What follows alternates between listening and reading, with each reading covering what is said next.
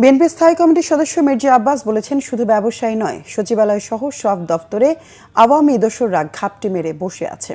গণমাধ্যমে কর্মরত সাংবাদিক, ফটো সাংবাদিক ও ভিডিও সাংবাদিকদের সম্মানে গুলশানের একটি হোটেলে ইফতার মাহফিলের আয়োজন করে আমরা বিএনপি পরিবার। এতে বিএনপির স্থায়ী কমিটির সদস্য মির্জা আব্বাস বলেন, আওয়ামী লীগের দোসররা কে কোথায় অবস্থান করছে তা পরিষ্কারভাবে তুলে ধরতে হবে। একটা বিশেষ দল সম্পর্কে কোনো সংবাদপত্র কিছুই প্রকাশ করছে না, শুধু বিএনপির নামে ফুলিয়ে ফাঁপিয়ে প্রচার করা হচ্ছে। কোনো ব্যবসায়ীর হেলিকপ্টারে কে বা কোথায় যায়, কোন ব্যবসায়ীকে কোন রাজনৈতিক দল টিকিয়ে রেখেছে, সেসব খবরও প্রচার করা উচিত। অনুষ্ঠানে বিএনপির আরেক স্থায়ী কমিটির সদস্য ডক্টর আব্দুল মঈন খান বলেন, সংবাদপত্রের স্বাধীনতা ছাড়া গণতন্ত্র টেকসই হতে পারে না।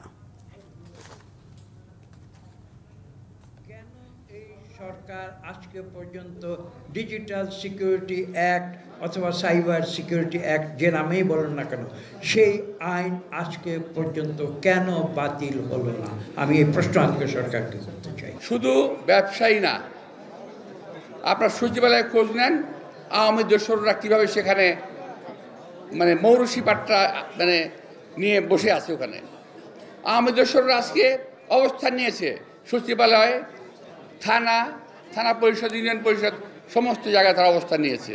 সুতরাং আপনাদের উচিত হবে ওই সমস্ত খোঁজখবর সংগ্রহ করে দেশে এবং জাতিকে বাঁচানোর জন্য এই খবরগুলো সংগ্রহ করে এবং মানুষের সামনে তুলে ধরা।